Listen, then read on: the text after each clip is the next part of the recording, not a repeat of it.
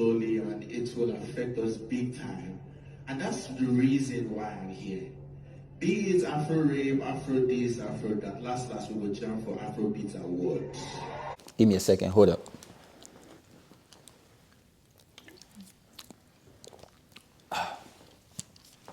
So the 2023 Headies, which is the African Music Awards, right, just came to an end in Atlanta, which is very funny to me, man. I have a question. Why is the biggest African award, in a time where Afrobeat is actually the leading music currently in the world right now, number one genre in the world right now? Why is our music award being held in United States of America?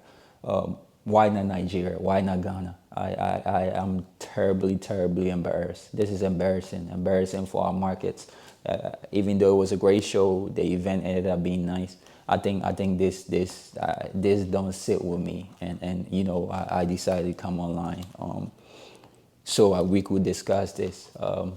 I believe moving forward, the organizers should really think about moving this back to Africa, because even at the BET Awards, it used to be a time where they used to show us backstage. So why is our biggest awards being held in the United States when we have 54 countries, a whole continent? We left the whole continent to come to a different continent to perform our awards. Come on, man. I do get it. You want the exposure, but now you have it.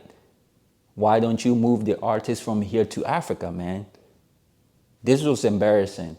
Although the performances and everything were great, this was embarrassing. To have our biggest awards here in Atlanta, when we have a whole Nigeria, when we have a whole Ghana, we have Rwanda, we have Tanzania, we have Uganda. Come on, man, this is slavery mentality. So someone explained to me that, and please next year, I don't want to see this back in the United States again. I'm sorry. Although I'm here in the United States, no, please, I do not want to see this back in the United States again.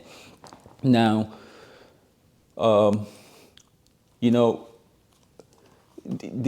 highlight of the night was, I always thought this guy was sensible, right? The first day that I heard do maybe,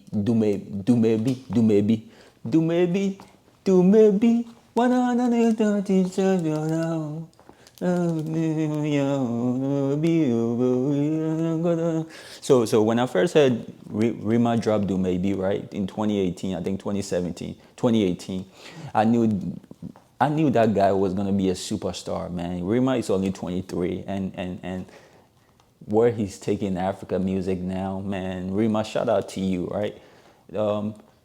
I would say he had the highlight of the night. Rima's acceptance message was really the highlight of the night. He shed some light on the things that we as Africans really, wanted to hear. We've all been saying that this is our time, and we needed to capitalize on our genre. It goes back into what I was saying before. Why bring a whole award shows to a different continent when the world is flocking to you? It was basically what Rima said. So in Rima's speech, right, he basically ended it. He said, be it Afrowave, Afrofusion, last, we for jam for Afro beats. Of late, you've heard Burna Boy and them trying to create their own genre, right? Burna Boy started with this whole, I'm doing Afrofusion now. Bro, what is Afrofusion? Come on, bro. Burna Boy has always been, I love Burna Boy, but I think the fame is getting to his head, and he's starting to, do his own thing, and which I personally don't agree with. I think the whiskey pressure is kind of getting to him, so he's going in all directions, and he's trying to create this new wave. But like Rima said, right? Be it Afro wave, Afro fusion, last, we all for jam for Afro beats. That's the truth. It's very simple. There is no other category. We only have Afro beats. I don't care what Burna Boy says. I don't care what Stone Boy says. We all fall under the category of Afro beats. So please stop all the nonsense. One category, Afro beats.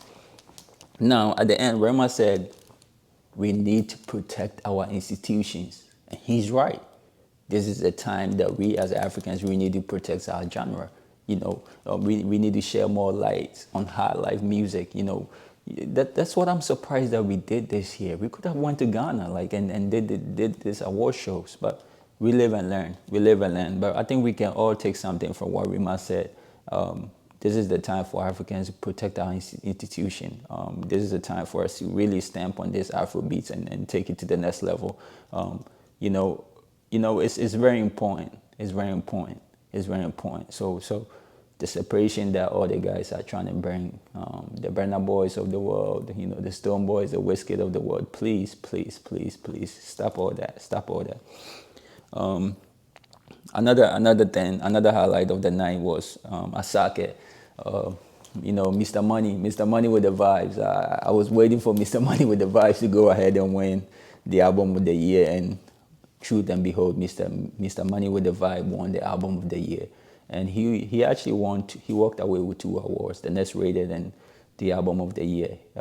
I don't think he had a contender this last year, starting from last year into this year, man.